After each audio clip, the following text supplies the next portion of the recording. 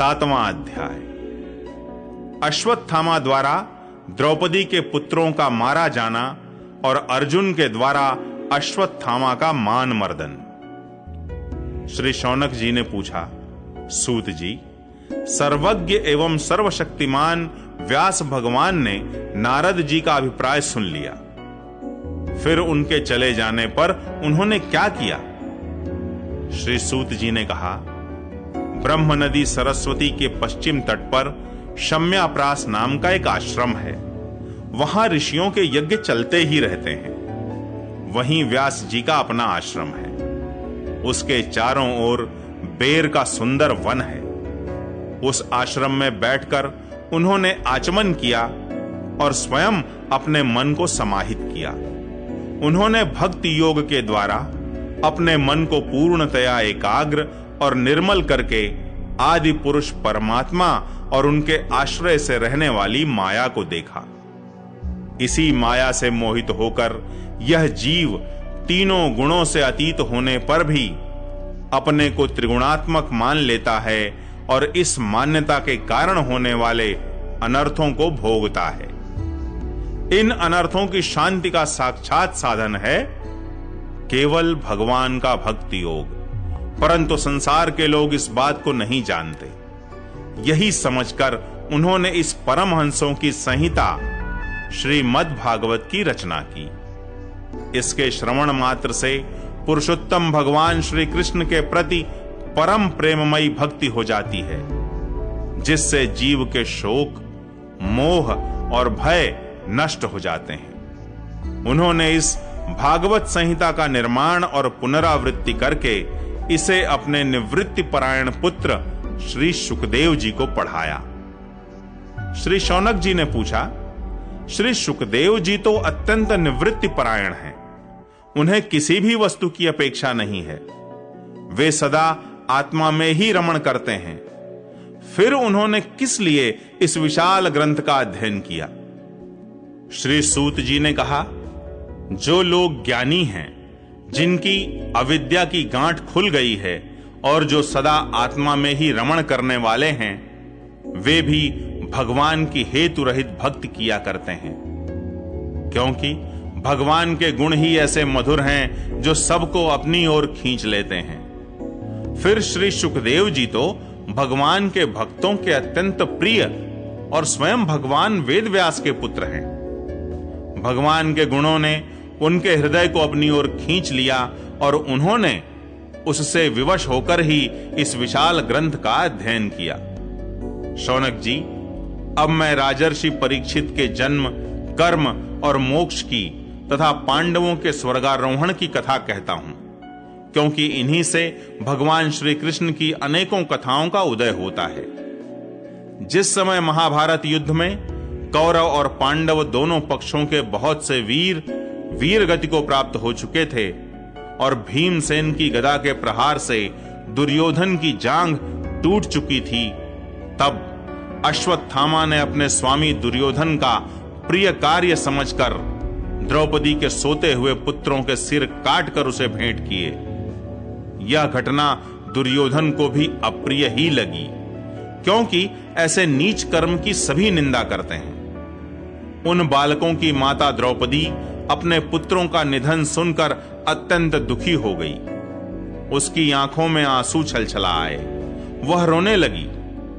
अर्जुन ने उसे सांत्वना देते हुए कहा, कल्याणी, मैं तुम्हारे आंसू तब पोंछूंगा जब उस आतताई ब्राह्मणा धम का सिर गांडीव धनुष के बाणों से काटकर तुम्हें भेंट करूंगा और पुत्रों की अंत्येष्टि क्रिया के बाद तुम उस पर पैर रखकर स्नान करोगी।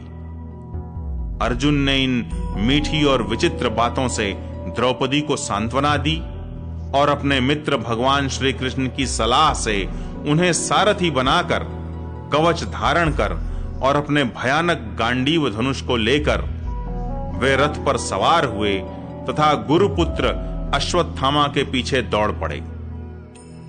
बच्चों की हत्या से अश्वत्थामा का भी मन उद्विग्न हो गया था।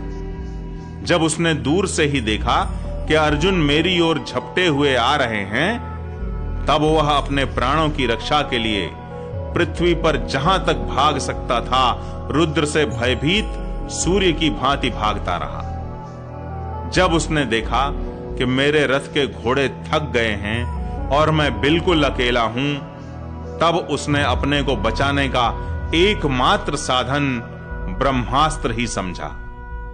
यद्यपि उसे ब्रह्मास्त्र को लौटाने की विधि मालूम न थी, फिर भी प्राण संकट देखकर उसने आचमन किया और ध्यानस्थ होकर ब्रह्मास्त्र का संधान किया।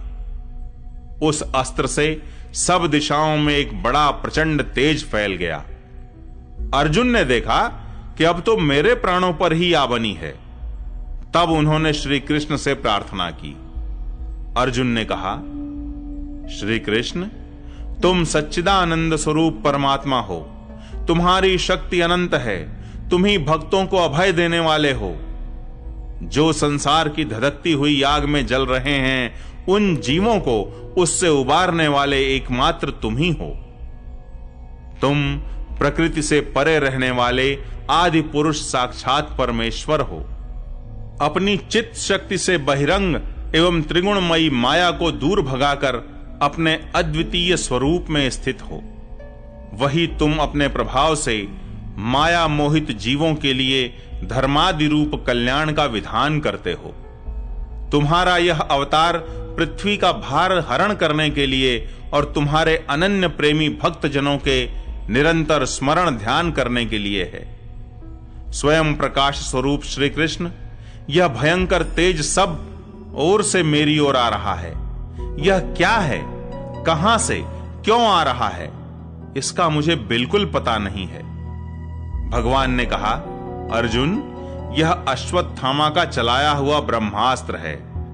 यह बात समझ लो कि प्राण संकट उपस्थित होने से उसने इसका प्रयोग तो कर दिया है, परंतु वह इस अस्त्र को लौटाना नहीं जानता। किसी भी दूसरे अस्त्र में इसको दबा देने की शक्ति नहीं है। तुम शस्त्रास्त्र विद्या को भली भांति जानते ही हो। ब्रह्मास्त्र के तेज से ही इस ब्रह्मास्त्र की प्रचंड आग को बुझा दो। सूत जी कहते हैं, अर्जुन विपक्षी वीरों को मारने में बड़े प्रवीण थे। भगवान की बात सुनकर उन्होंने आचमन किया और भगवान की परिक्रमा करके ब्रह्मास्त्र के निवारण के लिए ब्रह्मास्त्र का ही संधान किया।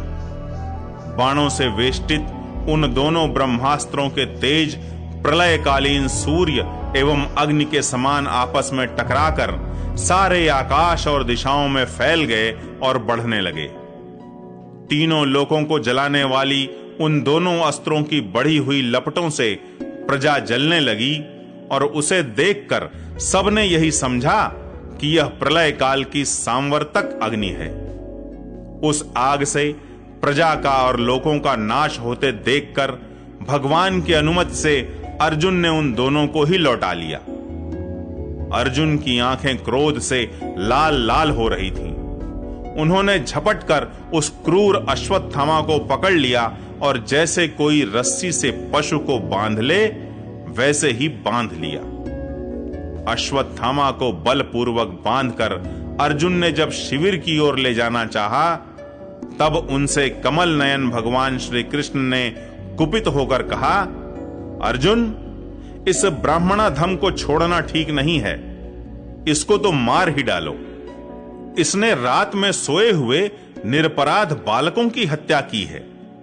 धर्मवेत्ता पुरुष असावधान, मतवाले, पागल, सोए हुए बालक, स्त्री, विवेक ज्ञान शून्य, शरणागत, रथहीन और भयभीत शत्रु को कभी नहीं मारते, परंतु जो दुष्ट और क्रूर पुरुष दूसरों को मारकर अपने प्राणों का पोषण करता है, उसका तो वध ही उसके लिए कल्याणकारी है, क्योंकि वैसी आदत को लेकर यदि वह जीता है तो और भी पाप करता है और उन पापों के कारण नरकगामी होता है।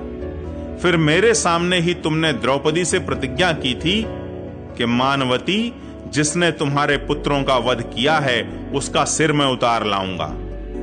इस पापी कुलांगार आतताई ने तुम्हारे पुत्रों का वध किया है और अपने स्वामी दुर्योधन को भी दुख पहुंचाया है, इसलिए अर्जुन, इसे मार ही डालो। भगवान श्री कृष्ण ने अर्जुन के धर्म की परीक्षा लेने के लिए इस प्रकार प्रेरणा की, परंतु अर्जुन का हृदय महान था। यद्यपि अश्वत्थामा ने उनके पुत्रों की हत्या की थी, फिर भी अर्जुन के मन में गुरुपुत्र को मारने की इच्छा नहीं हुई। इसके बाद अपने मित्र और सारथी श्री कृष्ण के साथ वे अपने युद्ध शिविर में पहुंचे। वहां अपने मृत पुत्रों के लिए शोक करती हुई द्रौपदी को उसे सौंप दिया। द्रौपदी ने देखा कि अश्वत्थामा पशु की तरह बांध कर लाया गया है। निंदित कर्म करने के कारण उसका मुख नीचे की ओर झुका हुआ है। अपना अनिष्ट करने वाले गुरुपुत्र अश्वत्थामा को इस प्रकार अपमानित देखकर द्रौपदी का कोमल हृदय कृपा से भर आया और उसने अश्वत्थामा को नमस्कार किया। गुरुपुत्र का इस प्रकार बांधकर लाया जाना सती द्रौपदी को सहन नहीं हुआ। उसने कहा, छोड़ दो इन्हें, छोड़ दो। ये ब्राह्मण हैं, हम लोगों के अत्यंत पूजनीय हैं, जिनकी कृपा से आपने रहस्य के साथ सारे धनुर्वेद और प्रयोग तथा उपसंहार के साथ संपूर्ण शस्त्रास्त्रों का ज्ञान प्राप्त किया है। वे आपके आचार्य द्रोण ही पुत्र के रूप में आपके सामने खड़े हैं। उनकी अर्धांगिनी कृपी अपने वीर पुत्र की ममता से ही अपने पति का अनुगमन नहीं कर सकी। वे अभी जीवित हैं। महाभाग्यवान आर्यपुत्र, आप तो बड़े धर्मज्ञ हैं। जिस गुरुवंश की नित्य पूजा और वंदना करनी चाहिए, उसी को व्यथा पहुंचाना आपके योग्य कार्य नहीं है। जैसे अपने बच्चों के मर जाने से मैं दुखी होकर रो रही हूं और मेरी आंखों से बार बार आंसू निकल रहे हैं, वैसे ही इनकी माता पतिव्रता गौतमी न रोएं। जो उच्छृंखल राजा अपने कुकृत्यों से ब्राह्मण कुल को कुपित कर देते हैं, वह कुपित ब्राह्मण कुल उन राजाओं को सपरिवार शोकाग्नि में डालकर शीघ्र ही भस्म कर देता है। सूत जी ने कहा, शौनकादि ऋषियों, द्रौपदी की बात धर्म और न्याय के अनुकूल थी। उसमें कपट नहीं था, करुणा और समता थी। अतएव राजा युधिष्ठिर ने रानी के इन हित भरे श्रेष्ठ वचनों का अभिनंदन किया। साथ ही नकुल, सहदेव, सात्यकी, अर्जुन, स्वयं भगवान श्री कृष्ण और वहां पर उपस्थित सभी नर नारियों ने द्रौपदी की बात का समर्थन किया। उस समय क्रोधित होकर भीमसेन ने कहा, जिसने सोते हुए बच्चों को न अपने लिए और न अपने स्वामी के लिए बल्कि व्यर्थ ही मार डाला, उसका तो वध ही उत्तम है। भगवान श्री कृष्ण ने द्रौपदी और भीमसेन की बात सुनकर और अर्जुन की ओर देखकर कुछ हंसते हुए से कहा। भगवान श्री कृष्ण बोले, पतित ब्राह्मण का भी वध नहीं करना चाहिए और आतताई को मार ही डालना चाहिए।